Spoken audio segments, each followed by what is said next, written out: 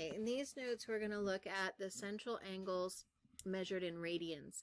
In our last notes we looked at central angles measured in degrees, and degrees were defined as 1/360th part of a circle. In contrast, the radian is defined as the measure of the central angle that subtends or intercepts an arc the length of the radius.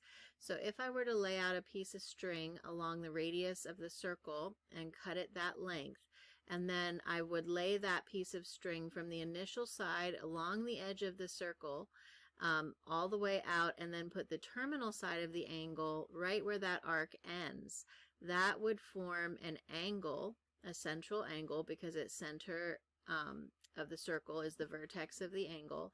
That angle subtends or intercepts or forms that arc the length of the radius. The measure of that angle is called 1 radian. So if I were to wrap that radius around the circle as many times as I could fit it, it would go around 6 whole times and a little bit.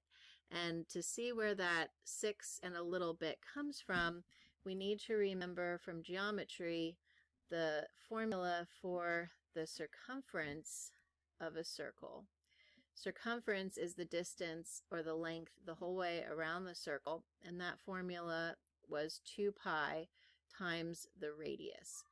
Now, if I were to pick a circle of an easy size, let's say the radius was 1. If I let the radius equal 1, now the circumference of that circle is just 2 pi. And pi is approximately 3.14. So if I double it, I get 2 times pi, which is approximately 6.28. And that's what those radians are, right? If I take the radius and I lay it along the edge of the circle, it'll go in 6.28 times, because the entire distance around the circle is 2 pi.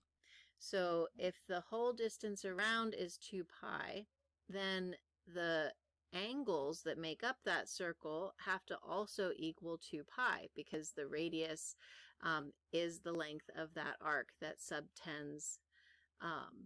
is subtended by that central angle that measures 1 radian. So I can fit 6.28 radians in a whole circle because there are 2 pi units around the outside edge of the circle. So that conversion then means that 360 degrees, which is an entire circle in degrees, is equivalent to 2 pi radians. And you don't have to write a symbol or a notation for radians. It's just assumed if you're not working in degrees, so you don't put a degree symbol there, that your angle measure then is being measured in radians. So 360 degrees, one full rotation around the circle, is equal to 2 pi radians. So in example 1, I want to sketch the angle 4 pi over 3, and I know that there are 2 pi radians in the whole circle. So starting my initial side here at 0, if I were to make a whole lap around the circle, that would be 2 pi. If my denominator is a 3, I want to have a common denominator around this whole circle. So 2 pi with a denominator of 3 would be 6 pi over 3, right? 6 pi over 3 reduces to 2 pi. If a whole circle is 2 pi, then half a circle would be pi, which with a denominator of 3 is 3 pi over 3. So if my denominator is 3, that means I'm taking half the circle and I'm dividing that into 3 sections. So this would be 1 pi over 3, 2 pi over 3, 3 pi over 3, so 4 pi over 3 would be in the third quadrant. Right, so again, this is 0, 1 pi over 3, 2 pi over 3, 3 pi over 3, so this would be 4 pi over 3. this would be 5 pi over 3, 6 pi over 3. I'm dividing the whole circle into 6 pieces. Each piece, pi over 3, is the measure of the central angle.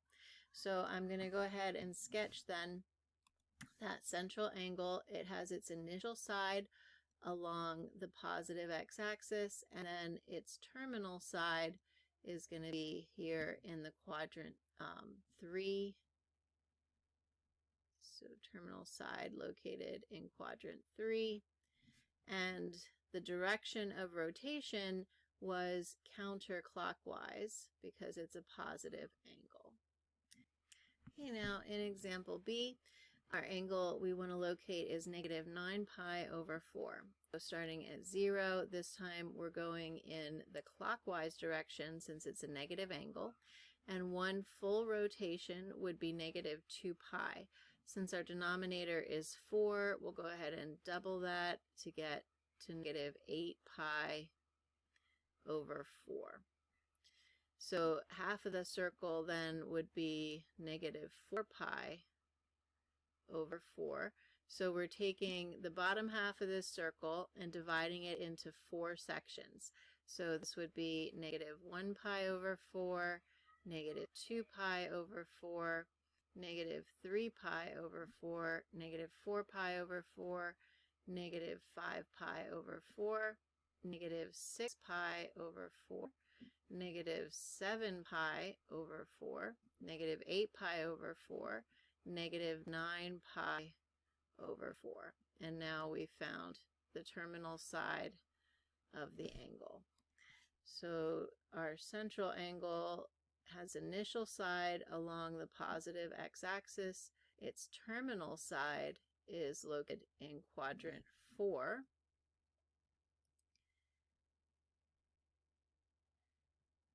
And the direction of rotation started at the initial side. We're going clockwise, one full revolution, and another pi over 4. So in example C, 19 pi over 7, we're starting at 0 and rotating in the counterclockwise positive direction.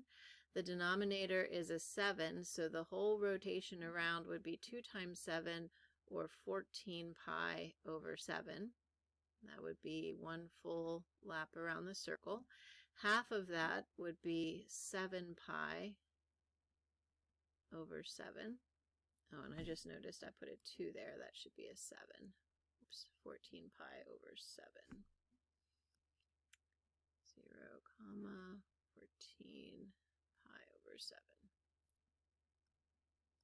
There we go.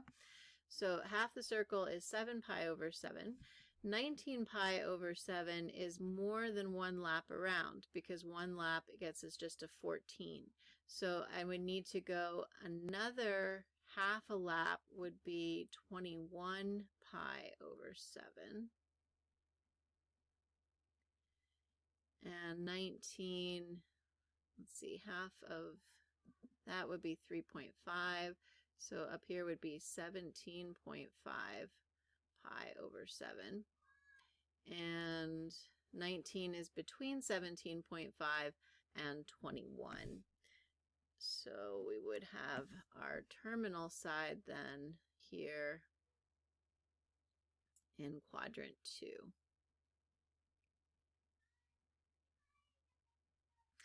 Initial side is along the positive x-axis. We're going counterclockwise because it's a positive angle, and we go one full revolution and then keep on going until we reach that terminal side at 19 pi over 7 in quadrant 2.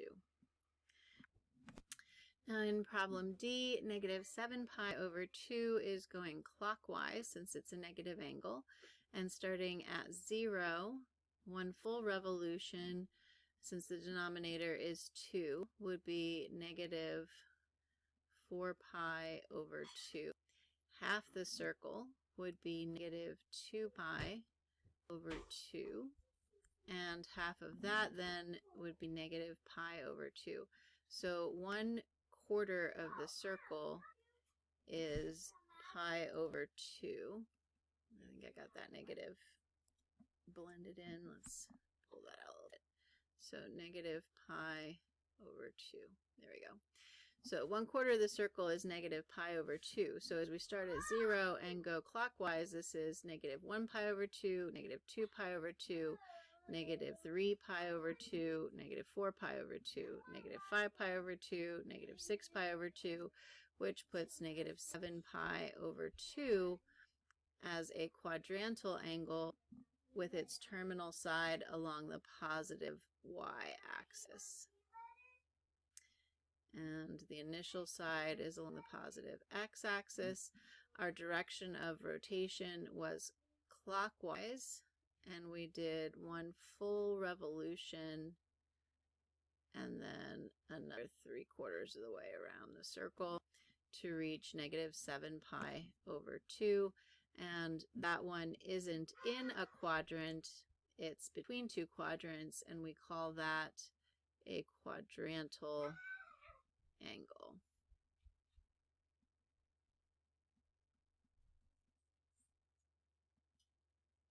Okay, let's look at example E. We want to find the measure of this angle.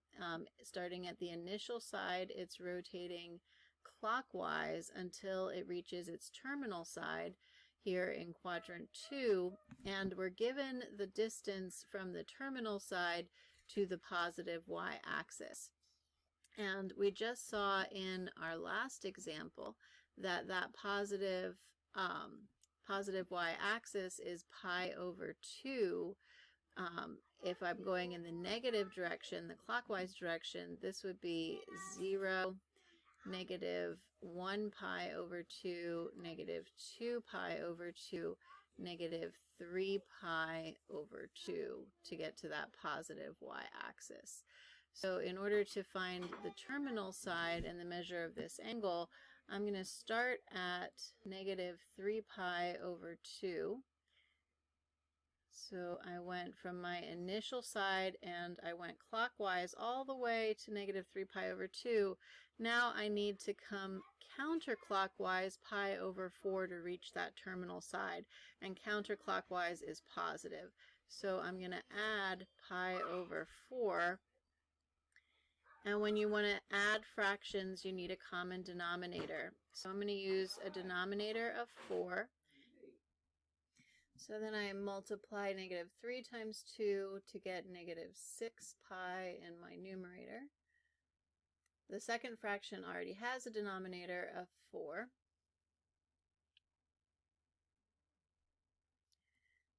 And negative 6 pi over 4 plus pi over 4 is negative 5 pi over 4.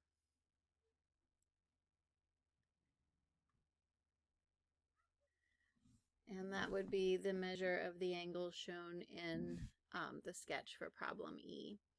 Then in problem F, my rotation is going counterclockwise, so this is going to be a positive angle. It's going more than one rotation around the circle, right? I've got a full rotation and then a little bit more past that. And to find that little bit past it, I need to know where I am with respect to the positive y-axis again. So positive y-axis is pi over 2, and I had 1 full revolution. So this would be 1 pi over 2, 2 pi over 2, 3 pi over 2, 4 pi over 2, and then another quarter gets me to 5 pi over 2 if I went all to the positive y-axis. So I'm going to start by doing that. I'm going to go counterclockwise 5 pi over 2 to reach the positive y-axis. And then I'm going to go clockwise 5 pi over 18 to subtract that off and get to the terminal side of my angle. So 5 pi over 2 minus 5 pi over 18. Again, I need a common denominator to combine my fractions, and I'll make that denominator 18. So then I multiply my numerator times 9, and that's a 45. So 45 pi over 18 minus 5 pi over 18 is equal to 40 pi over 18. And those are both even, so I can reduce to get 20 pi over 9. And that would be the size of the angle, or the measure of the angle, in the sketch for example 1F.